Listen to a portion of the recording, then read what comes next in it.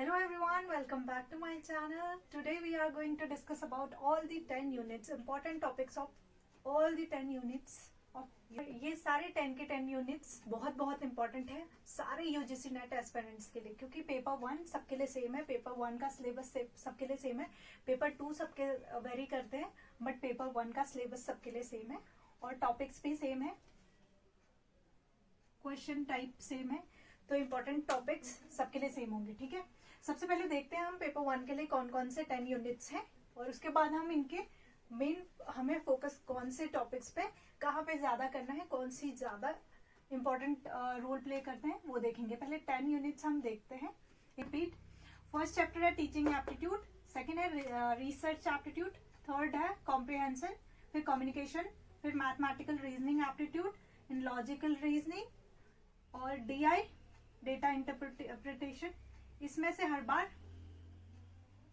4-5 question आते हैं। जितना ज्यादा हम प्रैक्टिस करेंगे उतने ज्यादा हमारे क्वेश्चन सही होने के चांसेस ज्यादा रहते हैं। तो हमें फोकस ऐसे टॉपिक्स पे करना है जहाँ पे हम लोग अगर मेहनत कर रहे हैं तो उसका आउटपुट हमारा बहुत अच्छा आए, वहां पे हमने ज्यादा फोकस करना है, क्योंकि हमारे पास 4-5 दिन बचे हुए हैं केवल। 13 से हमें पता है एग्जाम डेट आ जाएगी।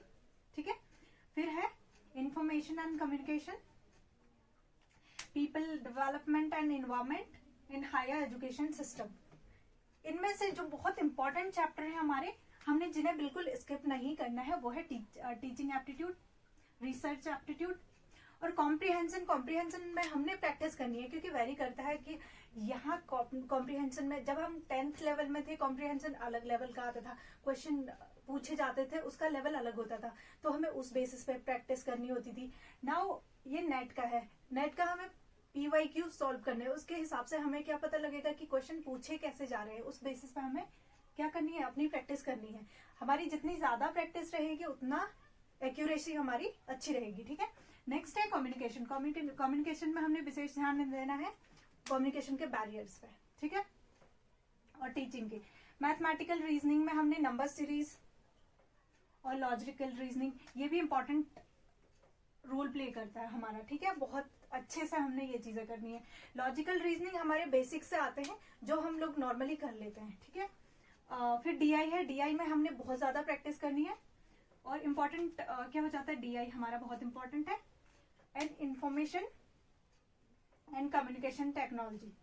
ठीक है, ये भी people and development and environment, इसमें विशेष ध्यान देना है हमने। बिल्कुल यहाँ से 4-5 क्वेश्चन हर बार पूछे ही जाते हैं और हमें बहुत अच्छे से करना है ये। ठीक है, और higher education system. Higher education system में हमने ancient history, ancient education system और जो अभी तक हमारी चलती आ रही है, तो उसमें डिफरेंस क्या है और क्या चीजें होती थी, वो सारी उसमें हमने विशेष ध्यान देना है। ठीक है, skill of education system in everything. So अब हम 1 by 1 बात करेंगे कि किसमें हमने किस चीज पे बहुत ज्यादा ध्यान देना है, क्योंकि ये सारे UGC नेट एस्पिरेंट्स के लिए बहुत इंपॉर्टेंट टॉपिक्स है, क्योंकि हमारे पास 8-10 दिन बचे हुए हैं। 8-10 दिन में हमें क्या करना है, सारी यूनिट्स पे हम नहीं ध्यान दे सकते अभी, क्योंकि हमारे पास उतना टाइम नहीं है। मेन चीजों पर फोकस करने का टाइम है ये, क्योंकि हमें पेपर 2 भी देखना है। अगर हम डेली 6 घंटे भी पढ़ रहे हैं तो 4 घंटे हमें पेपर 2 को देना है और 2 घंटे कम से कम हमें पेपर 1 को देना होगा, क्योंकि दिन बहुत कम है और बहुत ज्यादा मेहनत की जरूरत है। क्योंकि पेपर 1 ऐसा है जो हम पेपर 2 में जितना भी कर ले, उसके बाद अगर हमारा पेपर 1 में हमने बहुत ज्यादा मेहनत करी है तो हम नेट से JRF तक की जर्नी आसानी से पास कर सकते हैं। क्योंकि बहुत सारे बच्चे ऐसे हैं जिनका पेपर 2 उतना अच्छा नहीं हुआ था, लेकिन पेपर 1 में उन्होंने 80+ स्कोर कर लिया और उनका JRF क्लियर हो गया। तो हमें अब आप समझ रहे होंगे कि कितना इंपॉर्टेंट रोल प्ले करता है पेपर 1। हम लोग ये सोचते हैं कि पेपर 1 तो हमारे सिलेबस का नहीं है, हम लोग ज्यादा ध्यान नहीं देते उस पर। क्यों नहीं देते पता नहीं, बच्चे ऐसे क्यों सोचते हैं, क्योंकि यहाँ पे भी हमें एक क्वेश्चन करने में 2 मार्क्स मिल रहे हैं और हमारा पेपर 2 जिसमें हम फोकस करते हैं उसमें भी हम एक क्वेश्चन सही कर रहे हैं, तो पेपर 2 नंबर हमें उसमें भी मिल रहे हैं। तो हम लोग इस चीज को स्किप क्यों करते हैं, जबकि हमें पता है आने क्वेश्चन यहीं से है। आपका पेपर 2 का सिलेबस बहुत बड़ा होगा, हो सकता है वहाँ 10 की जगह 20 यूनिट्स है, 30 यूनिट्स है, बट पेपर 1 में हमारा फिक्स सिलेबस है और सारे पेपर में आने हैं, तो क्वेश्चन रिपीट भी होते हैं, प्लस हमें पता है कि पूछे कैसे जा रहे हैं। तो यहाँ पे अगर हमने बहुत अच्छी मेहनत कर ली, यहाँ पे का ऐसा नहीं है कि वेटेज कम है या फिर एक क्वेश्चन का एक नंबर है, वेटेज दोनों का बराबर है, पेपर 1 पेपर 2 दोनों का वेटेज बराबर है, तो हमें इसको इस पर भी ध्यान देना होगा। इवन ये चीजें इजी हैं, बहुत आसानी से करी जा सकती हैं। इसमें से अगर ये 10 यूनिट्स है, 10 यूनिट्स में 5 यूनिट्स ऐसी हैं जो हम नॉर्मली कर सकते हैं आराम से, अगर हमने कुछ ना भी पढ़ा हो फिर भी हम 5 यूनिट्स बहुत अच्छे से कर सकते हैं। लेकिन अगर और बाकी के 5 यूनिट्स में हमने थोड़ा एफर्ट्स डाले तो हम बहुत अच्छा कर सकते हैं। नेट टू जेआरएफ जर्नी हो सकती है बहुत अच्छी, ठीक है। तो हमने बहुत अच्छे से फोकस करना है। तो हमें देखना है फर्स्ट यूनिट से हमने किस चीज पे ध्यान देना है, लेवल ऑफ टीचिंग।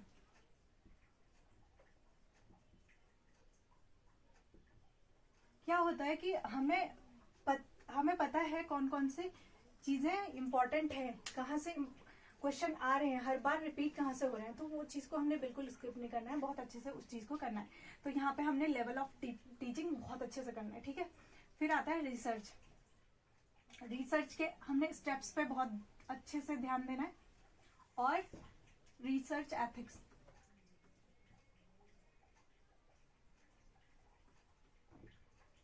इस पे बहुत ज्यादा अच्छे से ध्यान देना है, ठीक है। तो ये बहुत इंपॉर्टेंट चीजें बन जाती हैं। मेन हमने क्या करना है, इन सब चीजों को स्किप तो बिल्कुल भी नहीं करना है। कॉम्प्रिहेंशन में हमने पीवाईक्यूज, बस हमने पीवाईक्यूज प्रैक्टिस करनी है ताकि हमें पता रहे कि कैसे क्वेश्चन पूछे जा रहे हैं, हमने कैसे ध्यान देना। अगर हमने 3-4 साल के भी पीवाईक्यू सॉल्व कर लिए तो हमें पता होगा कि क्वेश्चन पूछे कैसे जा रहे हैं, हमने आंसर कैसे निकालने हैं, तो कॉम्प्रिहेंशन बहुत इजीली हो जाएगा, ठीक है। उसके बाद है कम्युनिकेशन। कम्युनिकेशन, इसमें बैरियर्स ऑफ कम्युनिकेशन, ठीक है, ये बहुत इंपॉर्टेंट चीजें करनी है। इफेक्टिव कम्युनिकेशन,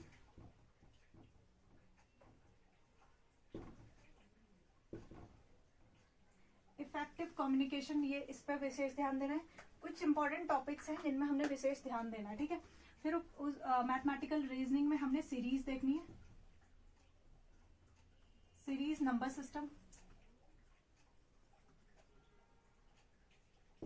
ये चीजें ऐसी हैं कि जो बार बार आती ही आती हैं, तो हमने ये सारी चीजें प्रैक्टिस करनी है। प्रैक्टिस करेंगे बहुत इजीली हो जाएंगे, और इतना टफ पूछा भी नहीं जाता है, बहुत इजीली हम कर सकते हैं चीजें, ठीक है। नेक्स्ट है लॉजिकल रीजनिंग। लॉजिकल रीजनिंग हम अब कोई भी पेपर दे रहे हैं तो हम लॉजिकल रीजनिंग नॉर्मली कर सकते हैं। तो ये इन सारी चीजों में बस एक पीवाईक्यूज आप सॉल्व कर लीजिए। ये कुछ चैप्टर्स ऐसे हैं, कुछ यूनिट्स ऐसी हैं जिनमें हम नॉर्मली अगर हम पीवाईक्यूज कर लेते हैं तो हमारे क्वेश्चन हमारे आराम से सॉल्व हो जाएंगे, ठीक है। तो आपको नेट के ही पीवाईक्यूज सॉल्व करने हैं, लॉजिकल रीजनिंग के लिए, कॉम्प्रिहेंशन के लिए, कम्युनिकेशन के लिए। तो पीवाईक्यूज, वैसे तो पीवाईक्यूज सारे यूनिट्स के लिए बहुत इंपॉर्टेंट है, बट इनके लिए हम केवल पीवाईक्यूज करके हमारा पेपर बहुत अच्छे से क्लियर हो जाएगा, ठीक है। डीआई में हमने बहुत ज्यादा ध्यान देना है। डीआई एक ऐसा है जिसमें हमने क्या करना है, टेबल बेस्ड क्वेश्चन जो आते हैं,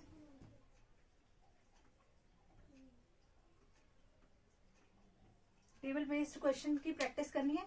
अगर हम 5 दिन भी अच्छे से प्रैक्टिस कर ले, पीवाईक्यू सॉल्व कर ले, बहुत अच्छे से ये टॉपिक हमारा क्लियर हो जाएगा, ठीक है। और हम बहुत अच्छे से 80+ स्कोर कर सकते हैं पेपर 1 में। बस हमें स्मार्ट स्टडी करनी है, ठीक है। वो चीज मुझे पता है आप कर लोगे। 10 की 10 यूनिट्स हमने बहुत अच्छे से करनी है। पीपल एंड डेवलपमेंट, इसमें से हमने एमडीजी, एसडीजी बहुत ज्यादा इंपॉर्टेंट।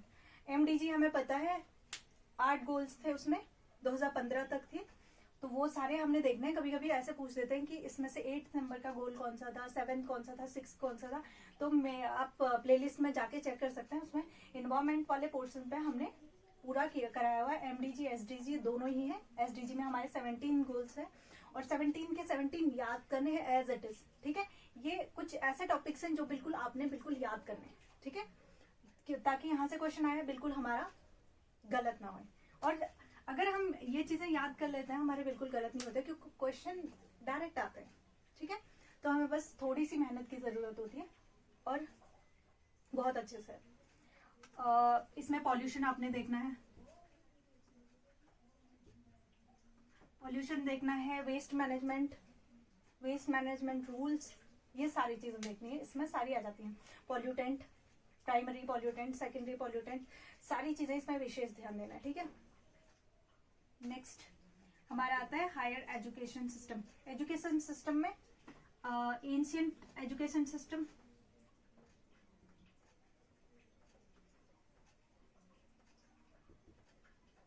और स्किल बेस्ड, तो सारी चीजें करनी है, ठीक है।